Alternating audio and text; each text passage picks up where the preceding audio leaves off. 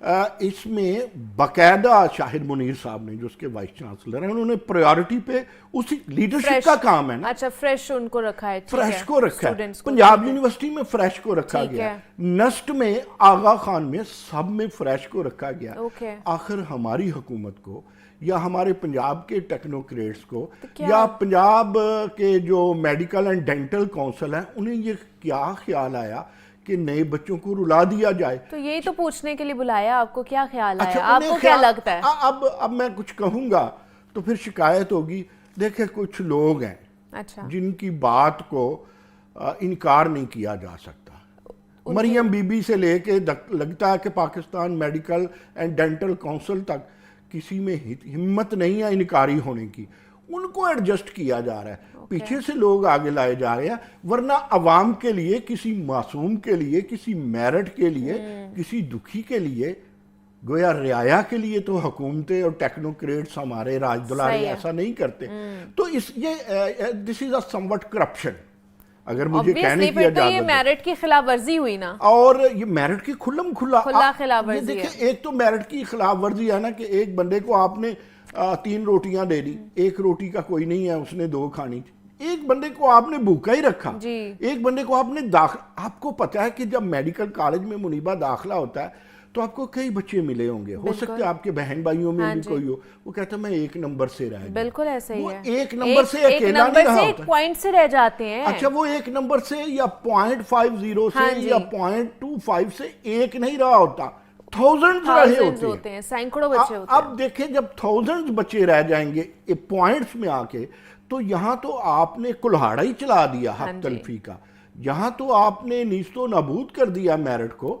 اور دیکھیں اس میں 2 لوگ انوالو ہیں. ایک تو مجھے اچھی طرح یاد ہے کہ جب ایک دور آیا تھا ان کا پی ڈی ایم 1 کا, تو اس میں عبدالقادر پٹیل وفاقی وزیر بنے تھے. تو ہم نے پاکستان میڈیکل کونسل بنا دی تھی, انہوں نے اس کو دوبارہ پاکستان میڈیکل ڈینٹل کونسل بنا کے کچھ سمجھ آنے لگ گئی تھی, چیزیں ٹھیک ہوئی تھی.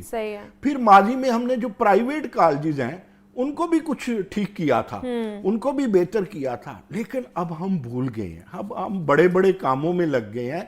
منیبہ انفارچونیٹلی ہمارے ہاں professional education, research, higher education priority نہیں ہے. ٹاپ پریارٹی ہمارے پاس ہے کہ ہم نے ترمیم اپنے حق کے لیے کیسے کرنی ہے, رعایا کے لیے نہیں. ہم نے انتظام اور اختیارات کیسے لینے ہیں, رعایا کے لیے نہیں. آپ تو یہاں بھی اختیارات چھین رہے ہیں. تو یہ کس ترمیم, کس ایکٹ, کس اصول, کیا پیشگی بتایا تھا؟ اور میرا یہ خیال ہے کوئی کسی سٹوڈنٹ کو نہیں بتایا, کسی ٹیچر کو نہیں بتایا, کسی والدین کو نہیں بتایا, کوئی مشاورت کی کسی نے کسی سے؟ دیکھیں یہ جو اشرافیہ کرتا ہے نا, ہمارا بڑوں کا اشرافیہ, پولیٹیکل اشرافیہ, ججوں جرنیلوں کا اشرافیہ, ان کے پاس تو چوائس ہے.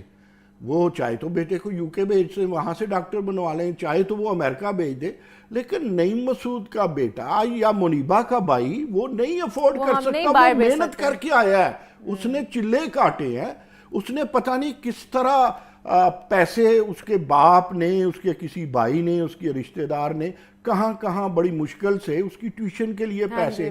پھر اوپر سے یہ جو ایم کیٹ کا امتحان ہے جسے ایم ڈی کیٹ کہتے ہیں, اس سے پہلے بھی ٹیوشن, ایف ایس سی میں بھی ٹیوشن.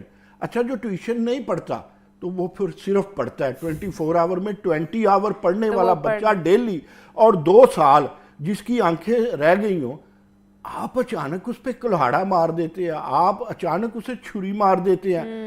تو آپ پھر کہتے ہیں جی وہ جی پاکستان میں برین ڈرین ہو رہا ہے. وہ ستیہ ناش جائے تو برین ڈرین کیوں نہ ہوگا؟ اب یہ جو سینکڑوں بچے فرسٹریٹڈ ہوں گے تو یہ باہر ہی جائیں گے, یہ باہر ہی جائیں گے. اس میں سے بھی غریب کا بچہ تو مزدوری پہ جائے گا, وہ تو کہیں جا کے کسی ہوٹل پہ لگے گا, کسی ورکشاپ پہ لگے گا, کہیں کنڈکٹر لگے گا, کہیں. غریب کا بچہ کہاں جائے گا؟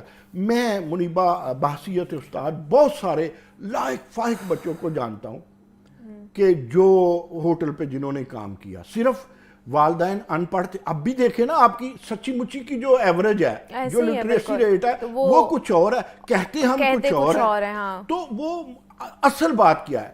عدالت کو بھی, ایڈمنسٹریشن کو بھی, وزیر اعلیٰ کو بھی, پی ایم ڈی سی کو بھی, ان سب کو دیکھنا ہوگا کہ حق تلفی سے دورس نہیں تو آپ کو لگتا ہے اس فیصلے پر نظر ثانی کی جائے گی؟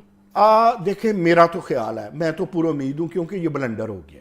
اچھا یہ بلنڈر ہو گیا. میں چاہتا تھا میں کڑی باتیں نہ کروں، تکلف میں رہوں. دیکھیں جنہوں نے کیا ہے وہ مانے بھی تو نا کہ ہم سے بلنڈر ہوا ہے، پھر ہی جا کے وہ نظر ثانی کریں گے نا مسعود صاحب. نہ کریں منیبا، کبھی چوری کر کے ماننا ہے. وہی تو بات ہے. اب دیکھیں سیاستدان نے یا ٹیکنوکریٹ نے مسجد سے جوتا تو نہیں اٹھانا، اس نے تو میرٹ ہی اڑانا ہے نا. تو وہ مانیں گے، وہ آپ کو 1000 تجاویز دیں گے جی. جو سوال اگر اٹھتے ہیں وہ بھی میں آپ کو بتا دیتا ہوں کہ دیکھیں جی پچھلے بچے بھی پاکستانی ہیں، دیکھیں جی پچھلے بچوں کا بھی وقت ضائع ہوگا، دیکھیں جی پچھلے بچے کہاں جائیں، تو اس میں سے کوئی 10-12 رہ جائیں گے. ایسا نہیں ہوگا. مجھے تو اللہ نہ کرے ایسا ہو. میں ان لوگوں میں سے ہوں جو بلیور ہیں کہ ہائر ایجوکیشن پرائیویٹ سیکٹر میں پنجاب کے جس طرح ہاسپٹل کے بغیر نہیں چل سکتی، اس طرح یہاں بھی نہیں چل سکتی. اور مدد کر رہا ہے پرائیویٹ سیکٹر. دیکھیں جب آپ گورنمنٹ سیکٹر میں یہ کچھ کریں گے، ایسے ظلم ڈائیں گے، بچے پھر پرائیویٹ سیکٹر کی طرف جائیں گے نا. پرائیویٹ سیکٹر تو وظائف بھی دیتا ہے انجینئرنگ سے لے کے میڈیکل تک. اچھا جب وہ وظائف دیتا ہے وہ ٹیلنٹ دیکھتا ہے. آپ دیکھیں گے، میں نام نہیں لوں گا، کہ لاہور کی ایک یونیورسٹی سب سرکاری یونیورسٹیوں کو پیچھے چھوڑ کے مستقبل میں رینکنگ میں ٹاپ 100 میں چلی جائے گی. ابھی ہم ٹاپ 300 تک نہیں ہیں. پرائیویٹ جائے کیوں جائے گی؟ کہ وہاں سیٹ بیٹھ کے غریب کا بھی سوچتا ہے، امیر کا بھی سوچتا ہے، کسی سے چھینتا ہے، کسی سے دیتا ہے. اور آپ حکمران ہو کے جہاں غریب کے بچے نے جانا ہے، جہاں جن کے پاس وسائل کم جانا ہے، آپ اس کے راستے میں پھاٹک لگا رہے ہیں کہ بھی آپ میڈیکل میں نہیں جائیں گے. میں آپ کی وساطت سے اور آج کے پروگرام کی وساطت سے، کیونکہ رونا آپ میرے ساتھ ایجوکیشن کا روتے ہیں، میں ایجوکیشن اور سیاست کو الگ ہی نہیں کرتا. نہیں ہے، دیکھیں خود ہی وہ لے کر آ رہے ہیں سیاست یہ چولی دامن کا ساتھ ہے.